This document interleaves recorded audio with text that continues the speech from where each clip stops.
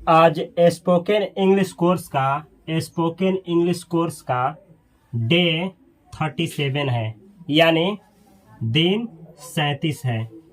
आज spoken English course का day 37 है और हम लोग ये जानते हैं कि ये एक कोर्स चल रहा है जिसमें आप लोगों को बेसिक से लेकर के इंटरमीडिएट और इंटरमीडिएट से लेकर के एडवांस लेवल तक आपको अंग्रेजी सिखाया जाएगा इस कोर्स में। तो आज हम लोग सीखने वाले हैं इज आर एम का उपयोग कैसे करें। आज आप लोग सीखने वाले हैं कि अपने स्पोकन इंग्लिश में या रिटन इंग्लिश में इज आर एम का प्रयोग कब और कैसे करें। जैसे कि पहले मैं बतलाया हूँ कि सिंपल सेंटेंस क्या होता है डे 35 में, और उसमें आप लोगों को अफर्मेटिव सेंटेंस भी बतलाया हूँ, नेगेटिव, इंट्रोगेटिव, सब कुछ बतलाया हूँ। सिंपल सेंटेंस 3 प्रकार का होता है, प्रेजेंट, पास्ट और फ्यूचर। प्रेजेंट का 2 पार्ट, पास्ट का 2 पार्ट और फ्यूचर का 2 पार्ट होता है। प्रेजेंट का फर्स्ट पार्ट पिछली वीडियो में कवर कर दिया गया है और उसमें होता है अफर्मेटिव सेंटेंस, जिसमें आप लोगों को बतलाया गया है कि इज आर एम का प्रयोग कैसे किया जाता है। और आज हम लोग डिटेल में सीखने वाले हैं कि इज आर एम का प्रयोग आप लोग कैसे करेंगे। तो चलिए बिना देर किए शुरू किया जाए। यहाँ पे मैं लिखा हूँ एडजेक्टिव, कुछ ऐसा मीनिंग जो एडजेक्टिव का काम करता है, जैसे हैंडसम, हैंडसम, HANDSOME, हैंडसम। इसमें जो डी होता है उसको नहीं पढ़ा जाता है, इसको पढ़ा जाता है हैंडसम, हैंडसम, हैंडसम नहीं, हैंडसम, हैंडसम। हैंडसम का मतलब होता है सुंदर, यानी कोई मेल, मेल का मतलब होता है कोई लड़का या फिर वह लड़का जिसका शादी हो गया हो, तो उसको बोला जाता है मेल। चाहे कोई कुंवारा हो चाहे शादी हो गया हो, उसको बोला जाता है मेल। और कोई मेल सुंदर हो दिखने में तो उसको बोला जाता है हैंडसम, हैंडसम। जबकि कोई फीमेल सुंदर हो देखने में तो उसको बोला जाता है ब्यूटीफुल, BEAUTIFUL। ब्यूटीफुल का मतलब होता है सुंदर। जैसे मुझे कहना है मैं सुंदर हूँ, मैं लड़का हूँ, तो आई एम हैंडसम। यह नहीं बोला जाएगा कि आई एम ब्यूटीफुल।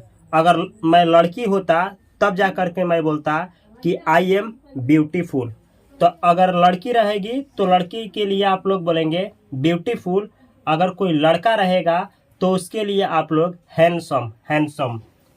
अगला वर्ड मीनिंग है फेमस, FAMOUS। फेमस का मतलब होता है प्रसिद्ध। जैसे यूट्यूब पे या कोई सोशल मीडिया पे लड़का या लड़की फेमस होते हैं, प्रसिद्ध होते हैं, तो उसका मीनिंग यही होता है। अगला वर्ड मीनिंग है ऑनेस्ट, HONEST। इसको होनेस्ट नहीं, ऑनेस्ट पढ़ा जाता है, ऑनेस्ट। ऑनेस्ट का मतलब होता है ईमानदार, ऑनेस्ट यानी ईमानदार।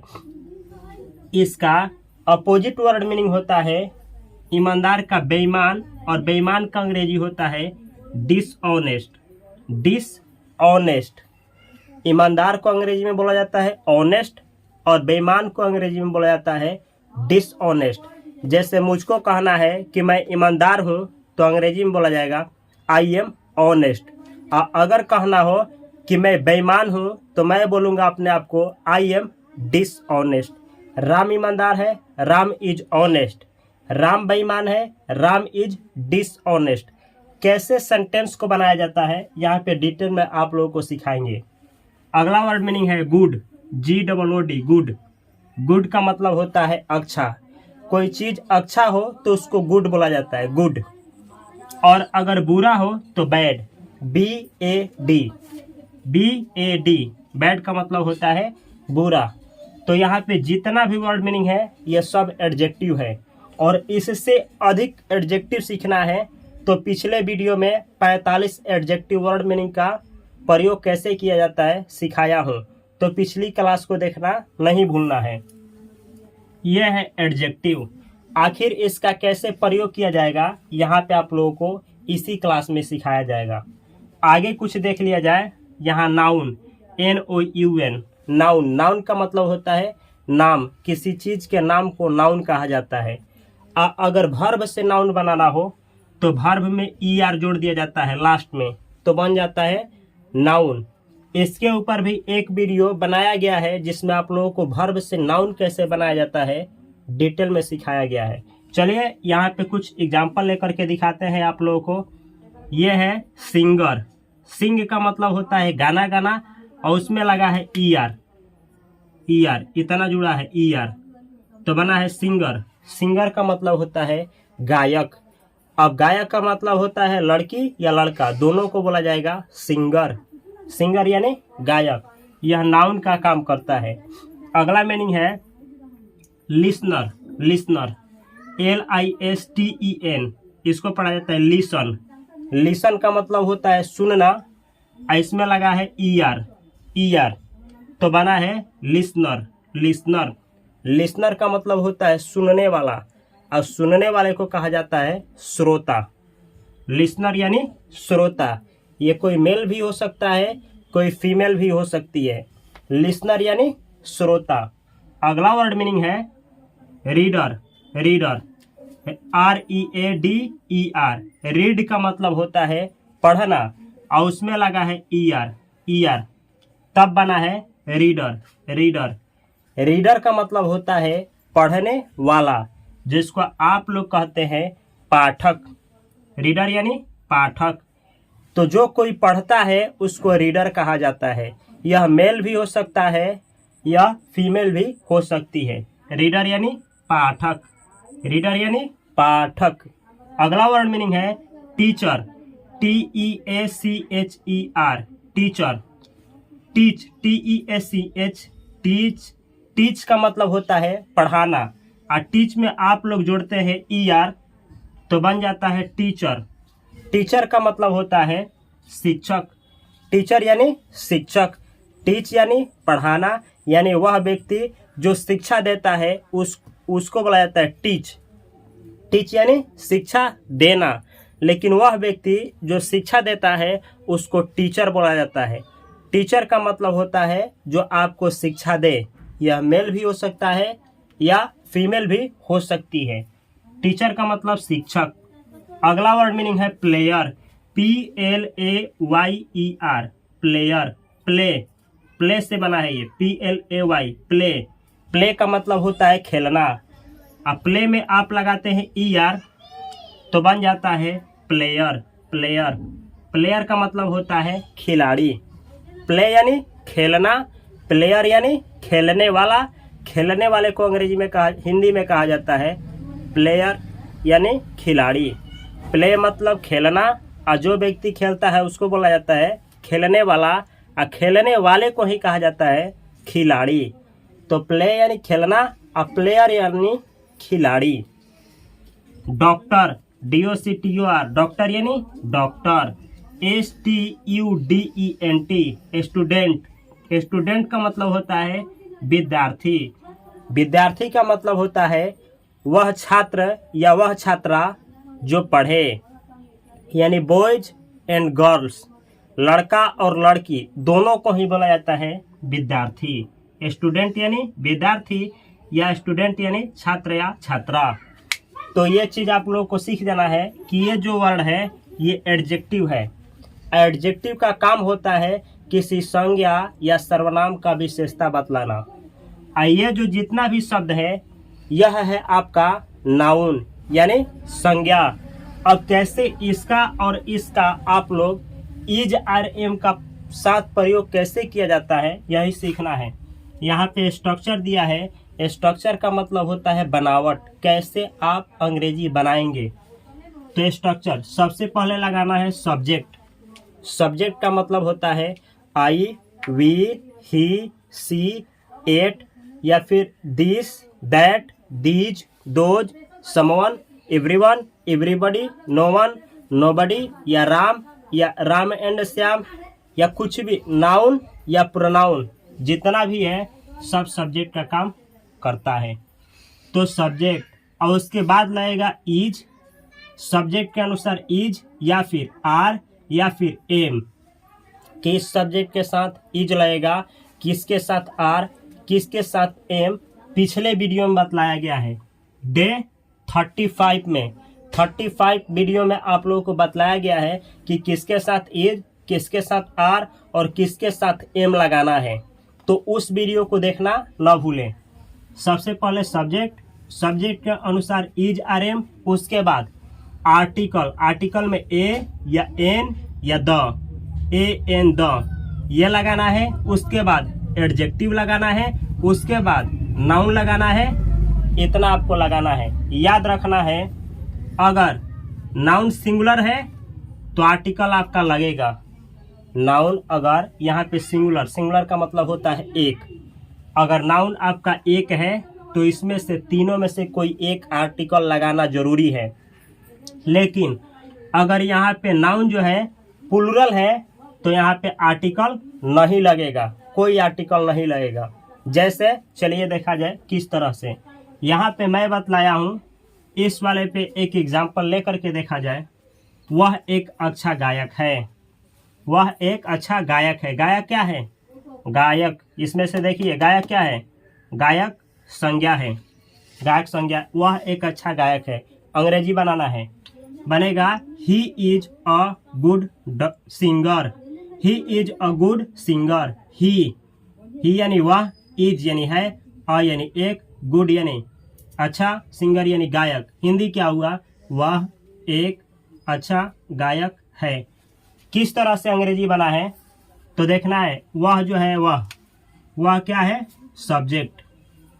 सिंगुलर है तो इसके साथ लगा है इज। एक का अंग्रेजी होता है यही। एक के लिए आप या तो ए लगाएंगे या तो एन लगाएंगे। लेकिन ए तब लगता है जब ए के पहले वाला मीनिंग यानी जो एडजेक्टिव रहेगा, एडजेक्टिव उसका शुरुआत ये वाला, जैसे गुड है, गुड एडजेक्टिव यहाँ पे है, इसका शुरुआत किससे हुआ है? कॉन्सोनेंट से। कॉन्सोनेंट तो कॉन्सोनेंट से होगा तो ए लगता है, कॉन्सोनेंट से होगा तो ए। अगर इसका शुरुआत यानी एडजेक्टिव का शुरुआत अगर भवेल से हुआ, भवेल का मतलब होता है ए आई ओ यू ई, अगर इस मीनिंग का शुरुआत भवेल से हुआ होता तो यहाँ पे लगता है एक के लिए एन। और लास्ट में नाउन के जगह पे क्या है? नाउन सिंगुलर है, गायक, एक गायक है, तो लास्ट में लगाएंगे सिंगर। ये जो सिंगर है, सिंगर नाउन। तो अंग्रेजी क्या हुआ? He is a good singer, वह एक अच्छा गायक है, वह एक अच्छा गायक है। अगर इस तरह से कहना हो, आप एक श्रोता हैं, आप एक श्रोता हैं। सब्जेक्ट क्या है? आप, तो यू के संग लगेगा आर। एक के लिए लगेगा ए। और श्रोता का अंग्रेजी होता है लिसनर यानी श्रोता। यू आर अ लिसनर, आप एक श्रोता हैं, आप एक श्रोता हैं। You are a listener. अब आप ऐसे अंग्रेजी बनाएंगे इस पे, he is a good singer, वह एक अच्छा गायक है, वह एक अच्छा छात्र है। ही इज अ गुड स्टूडेंट, वह एक अच्छा श्रोता है, वह एक अच्छा श्रोता है। ही इज अ गुड लिसनर। अब इस पे बनाना है, इस वर्ब पे, वह एक अच्छा पाठक है, वह एक अच्छा पाठक है। इस पे he is a good reader. इस पे बनाना है, वह एक अच्छा शिक्षक है। ही is a good teacher. He is a good teacher. इस पे बनाना है, वह एक अच्छा खिलाड़ी है। ही is a good player. He is a good player, वह एक अच्छा खिलाड़ी है। इस पे बनाना है, इस पे, वह एक अच्छा डॉक्टर है। ही is a good doctor. He is a good doctor, वह एक अच्छा डॉक्टर है। इस तरीके से आप लोग बहुत सारा सेंटेंस इस पे बना सकते हैं। यह आप एक श्रोता हैं, you are a good listener. ऐसे ही कहना हो, आप एक अच्छा गायक हैं, गायक, यू आर अ सिंगर। इस पे बनाना है, आप एक श्रोता हैं तो यही होगा। आप एक पाठक हैं, आप एक पाठक हैं। इस पे यू आर अ रीडर। आप एक शिक्षक हैं। इस पे यू आर अ टीचर, आप एक टीचर हैं। आप एक खिलाड़ी हैं, इस पे यू आर अ प्लेयर, आप एक खिलाड़ी हैं। आप एक डॉक्टर हैं, इस पे यू आर अ डॉक्टर, आप एक डॉक्टर हैं। यू आर अ और उसके बाद से रहेगा singular noun, you are a student, you are a girl, आप एक लड़की हैं। यू आर अ बॉय, आप एक लड़का हैं। यू आर अ स्टूडेंट, आप एक स्टूडेंट हैं। यू आर अ नर्स, आप एक नर्स हैं। You are a fighter man, आप एक फाइटर मैन हैं। यू आर अ और उसके बाद से नाउन रहेगा। अगला सेंटेंस, आप एक अच्छा श्रोता हैं। अंग्रेजी क्या होगा? सब्जेक्ट है आप, यू हो गया। सब्जेक्ट के अनुसार आर, एक के लिए अच्छा, अच्छा के लिए गुड, एडजेक्टिव है, एडजेक्टिव गुड। श्रोता के लिए listener, you are a good listener, आप एक अच्छा श्रोता हैं, आप एक अच्छा श्रोता हैं। इस तरीके से आप सेंटेंस बनाएंगे। इसमें सीखना क्या है? सिंगुलर नाउन रहेगा तो उसके पहले एडजेक्टिव आएगा। एडजेक्टिव के पहले कभी भी ए, एन और द कोई एक आर्टिकल आता ही है, लगाना ही है। अगर सिंगुलर नाउन है तो आर्टिकल आएगा, अगर सिंगुलर नाउन नहीं है तो आर्टिकल नहीं आएगा, ये याद रखना है। अगला सेंटेंस है आप मेरा दोस्त हैं। इस पे अगला स्ट्रक्चर है सब्जेक्ट, उसके बाद सब्जेक्ट के अनुसार इज आर एम, उसके बाद पोसेसिव केस और प्रोनाउन। प्रोनाउन का पोसेसिव केस लगाना है। पोसेसिव केस का मतलब होता है माई या माइन, आई के लिए होता है माई या माइन, यू के लिए होता है यू या योर या योर्स, यू के लिए योर या योर्स। इसी तरीके से दे के लिए देयर या देयर्स। इसी तरह से सी के लिए हर या हर्स। इसी तरीके से आप प्रोनाउन का कौन कौन सा पोसेसिव केस होता है, प्रोनाउन का एक क्लास लिए हैं जिसमें आप लोगों को ऑल केस बतलाए हैं प्रोनाउन का, उस वीडियो को देखना ना भूलें। तो चलिए इसका कैसे आप लोग इज आर एम के साथ प्रयोग करेंगे। कहना है आप मेरा दोस्त हैं। पोसेसिव केस का प्रयोग कब किया जाता है? ये बतलाने के लिए कि कोई चीज़ मेरा है। जैसे आप मेरा दोस्त हैं, तो आप किसका दोस्त हैं? मेरा। मेरा संबंध बतलाया जाता है, संबंध, अधिकार बतलाया जाता है। कभी भी अगर माई का प्रयोग होगा तो इसके बाद माई के बाद कोई नाउन आएगा। जैसे मेरा कलम, माई पेन, मेरा भाई, माई ब्रदर, मेरा पिता, माई फादर, मेरी बहन, माई सिस्टर। लेकिन माइन के बाद कोई नाउन नहीं आएगा, कोई नाउन नहीं। जैसे माइन, माइन के बाद कुछ नहीं। योर के बाद कोई नाउन आएगा, योर्स के बाद नहीं। देयर के बाद कोई नाउन आएगा, देयर्स के बाद नहीं। हर के बाद कोई नाउन आएगा, हर्स के बाद नहीं। आवर के बाद कोई नाउन आएगा, आवर्स के बाद नहीं। कैसे? चलिए सेंटेंस के द्वारा समझा जाए। आप मेरा दोस्त हैं, you are my friend, you are आप हैं, आप हैं। माई फ्रेंड यानी मेरा दोस्त, हिंदी क्या हुआ? आप मेरा दोस्त हैं, आप मेरा दोस्त हैं। इसी तरीके से कहना है आप मेरा भाई हैं, यू आर माई ब्रदर। आप मेरी बहन हैं, यू आर माई सिस्टर। आप मेरे पिताजी हैं, यू आर माई फादर। आप मेरी माँ हैं, यू आर माई मदर। इस तरीके से आप बहुत सेंटेंस बना सकते हैं। आप मेरी चाची हैं, यू आर माई आंटी। आप मेरी दोस्त हैं, यू आर माई फ्रेंड। इस तरीके से आपको प्रैक्टिस करना है। चलिए आगे सेंटेंस कुछ देखा जाए। वह आपका दोस्त है, वह आपका दोस्त है। इसी पे सब्जेक्ट के रूप में वह है, वह का अंग्रेजी ही होता है, ही के साथ लगता है इज, ही इज आपका दोस्त। आपका दोस्त यानी योर ब्रदर। सेंटेंस क्या हुआ? He is your brother. He यानी वह, इज यानी है, योर ब्रदर यानी आपका भाई। हिंदी क्या हुआ? वह आपका भाई है, वह आपका भाई है। अब बतलाना है वह आपकी बहन है, ही इज योर सिस्टर। वह आपकी माँ है, she is your mother, she is your mother. वह आपकी माँ है। इस तरीके से आप लोग सेंटेंस बनाएंगे। अगला सेंटेंस देखा जाए। कुछ इस पे, ये क्या है सबसे पहले, अच्छा इसी पे देखा जाए, इसी पे। अब आपको इस रूप का नहीं प्रयोग करके इसका प्रयोग करेंगे, यानी माई का नहीं माइन का प्रयोग, योर का नहीं योर्स का प्रयोग, देयर का नहीं देयर्स का प्रयोग, आवर का नहीं आवर्स का प्रयोग कैसे किया जाता है देखना है। वह मेरा है, कोई आदमी है जिसको आप कहना चाहते हैं कि वह मेरा है। कोई लड़का है जिसे कहना है कि वह मेरा है, चाहे कोई लड़की है और जिसको कहना है कि वह मेरी है। वह मेरा है चाहे वह मेरी है, तो ऐसे बोला जाएगा ही इज माइन। ही यानी वह यानी कौन, मेल यानी कोई लड़का, या फिर वह आदमी जिसका विवाह हो गया है। ही इज माइन, ही यानी वह, इज यानी है, माइन यानी मेरा, माइन के बाद कोई नाउन नहीं आएगा। ही इज माइन, वह मेरा है, वह मेरा है, वह मेरा है।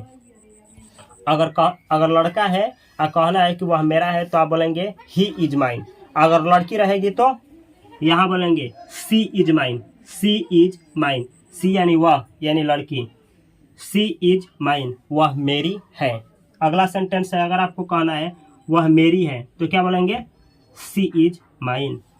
सी इज यानी वह है, माइन यानी मेरी, वह मेरी है।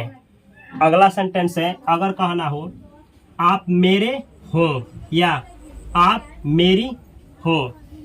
अगर कोई लड़का है और उसको आपको कहना है कि वह मेरा, आप मेरा हैं, या आप मेरे हो, या फिर कोई लड़की है और कहना है कि आप मेरी हो, तो अगर कहना है आप मेरे हो या आप मेरे हैं तो आप कहेंगे you are mine, you are mine. या फिर आपको कहना है आप मेरी हो, आप मेरी हो, तभी भी बोला जाएगा यू आर माइन। कहने का मतलब है, अगर आपको कहना है किसी से, किसी लड़का या लड़की से कि आप मेरी हो या मेरी हैं, तो आप बोलेंगे you are mine. You are यानी आप हैं, माइन यानी मेरा या मेरी, तो हिंदी क्या हुआ, आप मेरी हैं या आप मेरे हैं। अगला सेंटेंस है, मैं उसका हूँ। अगर आपको कहना है कि मैं उसका हूँ या मैं उसकी हूँ तो ऐसे अंग्रेजी बोलेंगे, मैं उसका हूँ, पहले इतना का, मैं उसका हूँ। I am his, I am his, I am यानी मैं हूँ, हिज यानी उसका, हिंदी क्या हुआ, मैं उसका हूँ। मैं उसकी हूँ, कोई लड़की है और उसको कहना है, आपको कहना है कि मैं उस लड़की की हूँ, आप बोलेंगे I am hers, I am hers. I am यानी मैं हूँ, हर्स यानी उसकी, हिंदी क्या हुआ, मैं उसकी हूँ, मैं उसकी हूँ यानी मैं उसकी हूँ। अगला सेंटेंस है, आपको कहना है वह आपकी है। मानिए कि आपका दोस्त है और कोई एक लड़की है, आपको कहना है कि वह लड़की आपकी है, आपकी, वह आपकी है, ऐसा अंग्रेजी बोला जाएगा सी इज योर्स। योर नहीं, योर नहीं, योर्स। योर अगर आप लिखते हैं तो उसके बाद नाउन लगाना है, लेकिन योर्स के बाद नाउन नहीं। सी इज योर्स, वह आपकी है, ऐसे पढ़ा जाएगा। सी इज यानी वह है, योर्स यानी आपकी, हिंदी क्या हुआ, वह है आपकी यानी वह जो है आपकी है, वह आपकी है। अगला सेंटेंस है, कलम हमारा है। कलम एक कलम है, अब बतलाना है कि हमारा है, ऐसे बनेगा the pen is ours. Our नहीं, आवर के बाद नाउन आएगा, लेकिन आवर्स लगाएंगे तो कोई नाउन नहीं। The pen is ours, the pen is यानी कलम है, आवर्स यानी हमारा, हिंदी क्या हुआ, कलम हमारा है, कलम हमारा है। अगला सेंटेंस, इसका प्रयोग कैसे किया जाता है कुछ समझना है। सब्जेक्ट के अनुसार इजारम लगेगा, एडजेक्टिव। कहीं कहीं पे देखा गया है कि अगर सब्जेक्ट के जगह पे कोई निर्जीव यानी नॉन लिविंग थिंग्स आ जाए और उसका विशेषता बतलाना हो, प्रॉपर्टी बतलाना हो कि ऐसा गुण में ऐसा होता है, तो आप ऐसे बनाते हैं सेंटेंस। सबसे पहले सब्जेक्ट, उसके अनुसार इजारम और उसके बाद एडजेक्टिव। वहाँ पे हिंदी क्या निकलता है, होता है, होती है, होते हैं। जैसे आप जानते हैं कि सोना देखने में चमकदार होता है, यानी सोना पीला होता है। पीला सोना का विशेषता ही है कि पीला होगा। आपको कहना है सोना पीला होता है, होता है, होता है, तो इसी पे बनेगा। Gold is yellow. Gold subject, is सोना के अनुसार इज, क्योंकि सोना अनकाउंटेबल नाउन है, इज एडजेक्टिव के रूप में आया है पीला। येलो, गोल्ड इज येलो, सोना पीला होता है, सोना पीला होता है। इस तरीके से कुछ और सेंटेंस देखा जाए, यहाँ पे कुछ और इस पे सेंटेंस आपको दिखाते हैं कि कैसे बनाया जाता है। इसको आप स्क्रीनशॉट ले सकते हैं।